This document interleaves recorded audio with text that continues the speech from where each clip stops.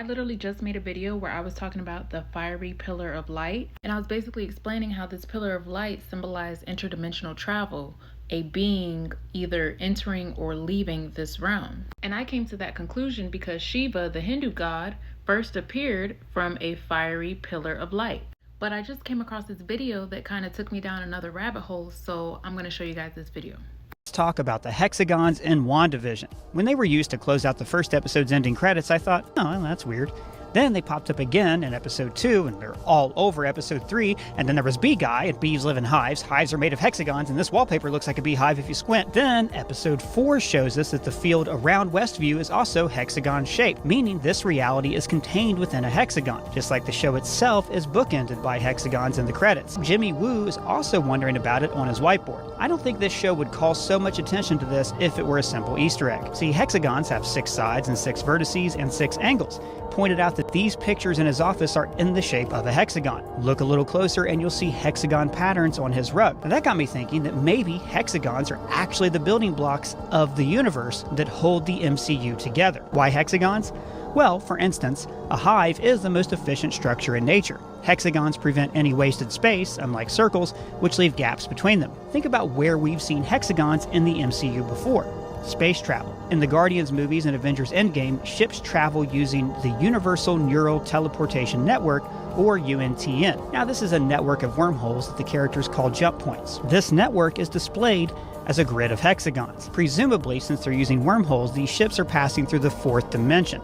Perhaps the 4th dimension is held together with a network of hexagons. Due to its connection to the Infinity Stones, these shapes could be the building blocks of the universe. So once I got to digging, I started to notice that hexagons were literally the shape for interdimensional travel, as you can see from this clip from the Spider-Man movie. As Miles Morales is going through the interdimensional portal, it is the shape of a hexagon. So that brings me back to these light pillars. There is a phenomenon where we can see these light pillars with our observable eye, as you can see from this image above. But what's fascinating to me is that these light pillars are formed because light is reflecting off ice crystals, forming the image of a light pillar. But if you look at these light crystals that the light is reflecting off of, it is in the shape of a hexagon. And that's how these light pillars are formed. You know how I always say they hide the truth in the media? Well, what's interesting to me is that in a science fiction series called Stargate, the term Antarctic outpost describes a hexagonal structure buried under the ice that served as the last remnant of an ancient civilization. And this is what it looked like. As you can see, it has the hexagon shapes. But what really ties everything in about this show is that it's literally called Stargate, which are portals that lead to other realms. Now keep this image in mind because it is going to come back up again later. So in Antarctica, they actually have these things called hexagonal open-top chambers. So I decided to dig deep and figure out what that even was. And basically, they are environmental manipulation. They create an artificial microclimate. They increase the air temperature within the hexagon, simulating future warming scenarios. So why make them in the shape of a hexagon? Well, because certain hexagonal materials, like hexagonal boron nitride, have a layered structure that allows for very high thermal conductivity within the hexagonal plane. This is ideal for spreading heat away from a source. That part is important. Honeycomb panels are used for heat shielding. So let's say, for example, that a firmament was placed upon our realm and its purpose was to spread heat away from the internal artificial environment. That would explain why we are surrounded by an ice wall. Perhaps this firmament is made up of this hexagonal structure, spreading the heat away from the ice wall barrier. And that would make sense if we look at the movie The Hunger Games, because when Katniss shot her bow at the dome, it revealed a hexagonal structure. So the firmament could be made out of this hexagonal structure. So basically, our realm would be an artificial microclimate.